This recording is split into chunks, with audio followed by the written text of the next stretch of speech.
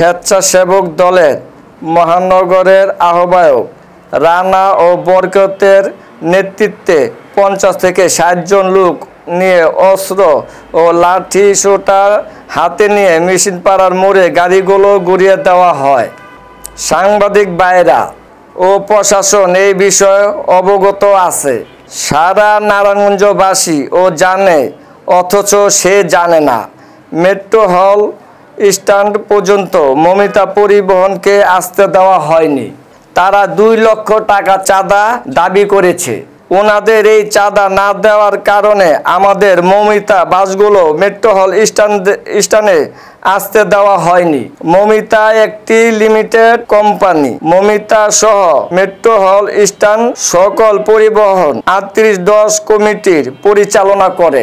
তার মিথ্যা বানোয়াট গল্পের আমরা তীব্র নিন্দা ও প্রতিবাদ জানাই। সারা নারায়ণগঞ্জবাসী জানে, মমিতা পরিবহনকে শনিবার সকাল থেকে রাত পর্যন্ত মমিতা পরিবহনটি চলতে দেওয়া হয়নি। ময়মনসিংহ এর এই রওশন আজ নারায়ণগঞ্জ শহরের বড় চাঁদাবাজ। নারায়ণগঞ্জ আসার পর প্রথমে গলাচিপার ফ্রিডম পার্টির কামাল সাহেবের হাত ধরে তার মিনিবাস কোম্পানির পিয়ন হয়। সেখান থেকে যাত্রা শুরু। তারপর আমিনুল সাহেবকে বিভিন্নভাবে ম্যানেজ করে তার দপ্তরি কাজ নেয়। আমিনুল সাহেবের মৃত্যু হয়। তারপর শামীম ওসমানের বন্ধু মুক্তারের হাত ধরে মালিক সমিতিতে যোগদান করে। মালিক সমিতিতে ঢোকার পরে শুরু হয় তার চাঁদাবাজি ও সন্ত্রাসী রামরাজত্ব। শামীম ওসমানের আশ্রয় প্রশ্রয় হয়ে যায় পরিবহন জগতের ডন। এই 5 খলিফা বিগত 15 বছরের শ্রমিকের হক মেরে শামীম ওসমানের ছত্রছায়ায় জোর করে চাঁদা আদায় করত। এভাবে তারা কোটি কোটি টাকার মালিক বনে যায়।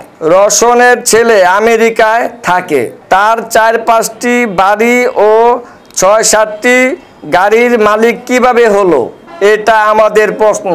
দুদকের দৃষ্টি আকর্ষণ করছি, 5ই আগস্টের পরে এই রওশন সহ শামীম ওসমানের এই আরো 4 খলিফা জনগণের হাত থেকে বাঁচতে পালিয়েছিল। কিছুদিন ডাকাত দেওয়ার পর কিছু অসাধু বিএনপি নেতাদের ম্যানেজ করে আবারও পরিবহন জগতের ডন সাজে।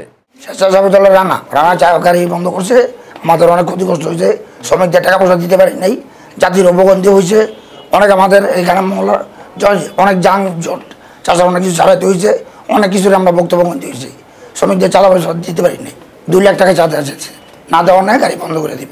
মেশিন পাড়ার মোড় থেকে গাড়ি বন্ধ করে দেবে। এইসব চেয়েছে এরা, মানে এই কোম্পানির সব কিছু দায়িত্ব আমরা দেখবো। কোম্পানিতে টাকা লাগতো না, কোম্পানিতে আমরাই নেব। হ্যাঁ, এই বিষয়ে অভিযোগ করছি। থানায় একটা অভিযোগ করছি।